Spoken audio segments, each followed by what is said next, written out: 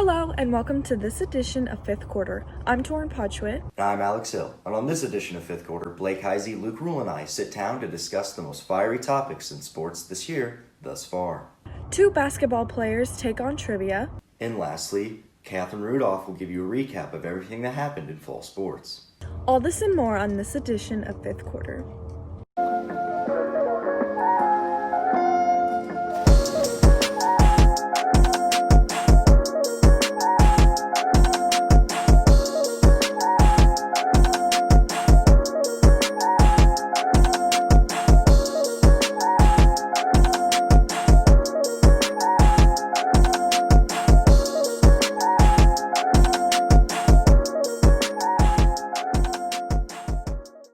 Blake Heisey, Luke Rule, and I sit down to discuss the most fiery topics in sports. Hello and welcome to this year's first edition of the Sports Roundtable. We're now calling it Hot Topics that's subject to change. I'm joined by Blake Heisey, Luke Rule, I'm Alex Hill. Let's get straight up into it. Now, boys, I do have a party horn sound effect to deflect any talking over each other. But Blake, Luke, I have a NFL team. We're going to discuss whether they're in or out of the playoffs. I'm going to give you 10 seconds per team. Blake, the Dolphins, go. Absolutely not. They will begin to fall soon. Their luck is going to run out. Their defense is carrying them, defense and special teams. Tua's stats don't impress me. An abysmal 129 yards a game. They're out, in my opinion. I agree with Blake. I don't like how they handled the Fitzpatrick situation. They just kind of say, you're out of here. You're benched. I do disagree. I think the Dolphins will make the playoffs. I only see them losing 2 games out of their next 7. And I think they'll lose to the Chiefs and the Raiders, but I think they're making the playoffs. All right, Blake, NFC East, who's taking it, who's in? This is obviously, arguably, the worst division we've ever seen in the history of the whole NFL. The playoff system needs a revamp if the Eagles, who maybe might finish at 5 wins, are going to get the 4 seed over teams who have 3 losses. The Eagles have a very tough schedule ahead, but everyone else is bad. Okay. I don't know if Alex Smith can do it for Washington. Because I just don't know if he can do it. The Giants and Washington have the greatest chance to catch the Eagles. Blake, the division winner time's will up, have Blake. That's 7 enough. wins mask. Blake. No one finishes Please. over 500. Everybody's horrible in this division. I feel like Washington's going to come out on top. I disagree with Blake. He says Washington's not coming out on top. But I feel like Washington comes out on top of this division. It's trash. All right, Blake, are you good? I'm not sure about that one. Okay. Cardinals, in or out? The Cardinals have a tough few games left.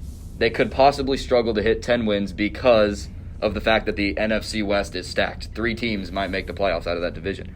I think they'll get enough wins to sneak in. I'm not impressed with Kyler Murray, though. He needs to improve. MVP Kyler Murray. What do you mean you're not Absolutely impressed not. with him? Are you Kyler kidding Murray me? is my NFL MVP. He has DeAndre Hopkins, probably the best weapon in the league right now.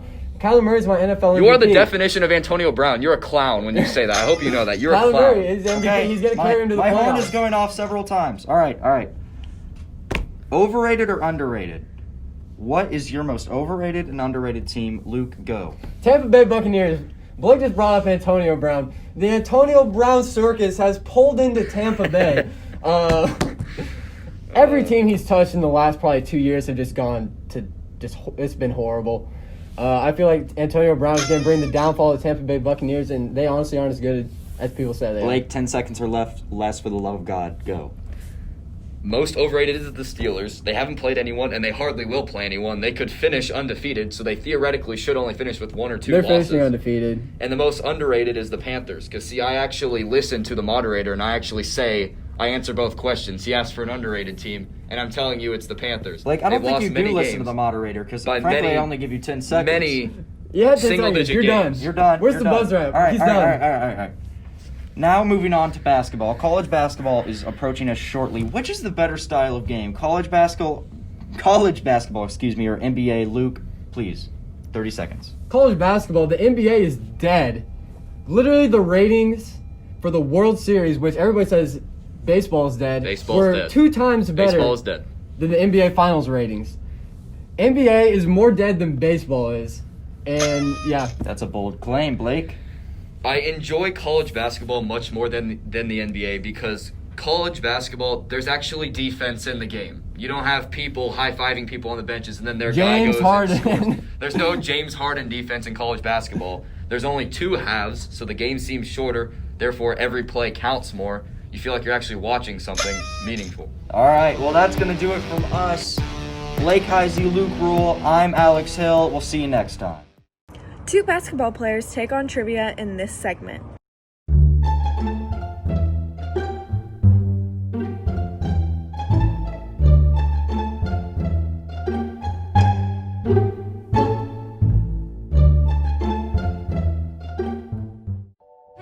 Today I'm here with basketball players Bryson LaRue and Alex Panassi, and we're going to test a little bit of their basketball knowledge. So, to get you guys started out, the first question I'm going to ask you, what are the 5 positions in basketball? I think that was Bryson. Bryson, go ahead. Point guard, shooting guard, small forward, power forward, and center. Now that the guys are warmed up and they know what they're doing, let's get into the real questions. Which NBA team has had the best record within a single season? Alex. Warriors. Golden State Warriors. Yeah. Hey, yo. Okay, next question. What year was Michael Jordan drafted into the NBA and by who? Alex. 1981 Chicago Bulls. Bryson. 1984 Chicago Bulls. Oh. That's correct. Alex was close. Bryson got it. Okay, next question is, name the player that has received the most MVPs at NBA Finals and the amount of times they've received the MVP. Alex.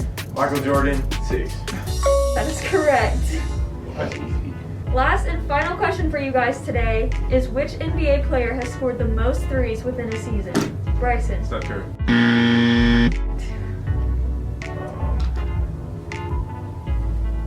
Alex. Oh, I know. Kobe Bryant. That's awesome.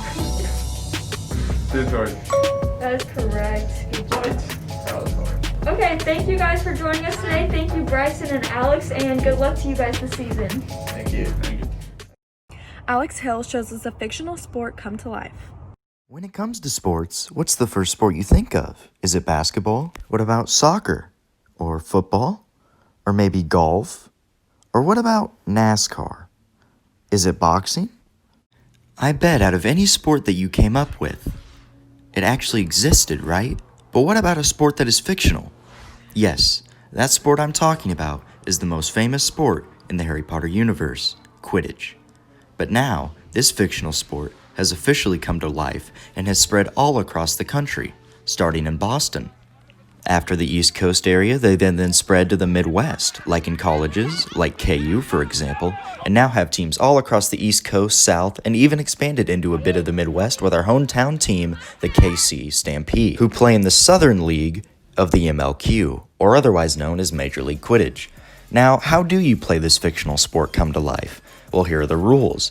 Teams of 7 with both men and women on the team must have broomsticks under their legs at all times. The 7 players consist of chasers who score the points by throwing slightly deflated volleyballs or a quaffle through 3 hoops, all 3 worth 10 points. Beaters who throw dodgeballs in games called bludgers. If a player gets hit with a bludger, the chaser must drop everything and go back to their side. Keepers who must defend the 3 hoops, and seekers who chase around the golden snitch at the 20-minute mark. The seeker who catches the snitch first, that team gets 30 points. And yes, the snitch is a team-neutral person with a golden sock on the back of their shorts with a tennis ball inside of it. While the MLQ must be for fun now and playing for small crowds, the league hopes to work its magic and eventually have adoring fans all over the country. Signing out for 5th quarter, I'm Alex Hill. Catherine Randolph gives us a fiery recap of an amazing fall sports season.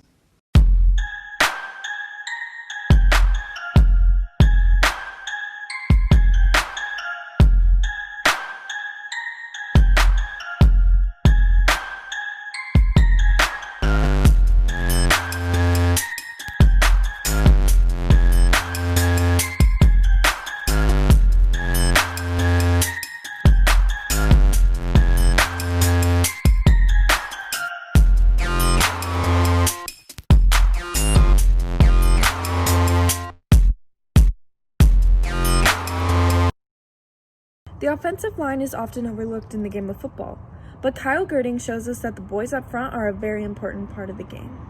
An average football fan watching a game usually only pays attention to the guys who are making plays around the ball, like the quarterback, the running back, or the receivers. But what they don't see is what happens in the trenches. The offensive line uses pure strength and toughness to protect the quarterback and open up running lanes for whoever has the ball. They are the biggest guys on the field, and for me as a defensive back, it's not the greatest sight to see a big old lineman coming straight your way. So why is the most important position on the field overlooked? Well, usually the crowd doesn't get excited about a great block made by a lineman. It's usually the people running and scoring with the ball that draws people into the sport. Although every once in a while a coach will draw up a play to try and deceive the defense and put an extra lineman in to throw a touchdown to them in the red zone, which may be more exciting than a regular touchdown to a receiver or a running back. But more likely than not, offensive linemen do not get the ball. So I think it is time to show some appreciation for the Hogs with an example. Here we have Jamal Charles running for the Chiefs a while back, and if you look at this next replay, you can see number 77 putting two defenders on their back, creating a wide open lane for Jamal Charles to score a touchdown. This is Quentin Nelson, one of the best linemen in the NFL. Here he makes a great block for his running back, and the audio of this block just shows how much of a monster he is. This one might be my favorite because look at number 71 here. He makes a great block on the defensive back there, and then he's chugging it downfield to try to get another one. He's running with the same speed as the wide receiver, and that's just great effort. So I hope you've developed a new appreciation for offensive linemen and what they do and why it's important, because our hometown team's been a number one pick on one, and I believe it worked out pretty well. Elena Twitner shows us if two basketball players can do well on another court, the tennis court.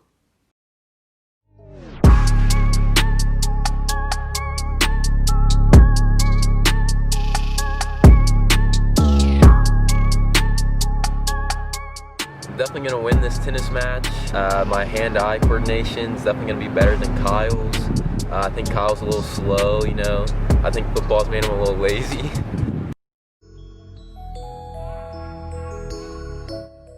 I'm feeling pretty confident. I've been trained by the best over here, and I'm prepared to beat the best. So I feel like my skills, just athletic skills in general, are going to help me. And I feel like I'm gonna win.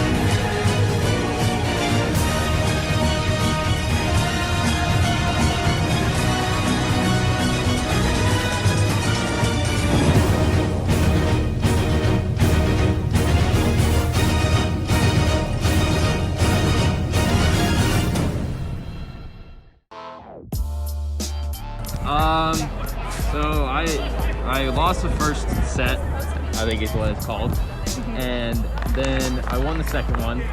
They were both pretty close, and then in the third one, I got down 40-15, and I came back to tie it, but I ended up losing anyways because I'm just way too strong, and I hit the ball too hard, and I hit it over the fence a couple times. So yeah, that was probably my downfall. I'm pretty disappointed in the loss, but I had fun, and I think I got better at tennis along the way. So, yeah. I think that Kyle did really well and really came out here and impressed me today. He showed a lot of progress as a first-time tennis player, and I think he could have won it, but just the odds weren't in his favor today. Kyle put up a really good fight. I won the first round. Kyle came out, he won the second one. I ended up winning the third one for the game. I had a lot of fun. Kyle was a good opponent, but the best player wins, so. I'm extremely proud. There was no doubt in my mind we would pull out a win today.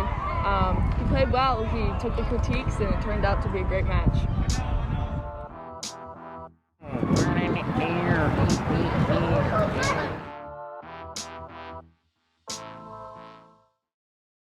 Thank you for tuning in to this edition of Fifth Quarter. For packages and more, go to www.tigerbroadcast.com. Or follow us on Twitter at TBTV8Tigers. And once again, I'm Torrin Potchwit. And I'm Alex Hill. See you next time.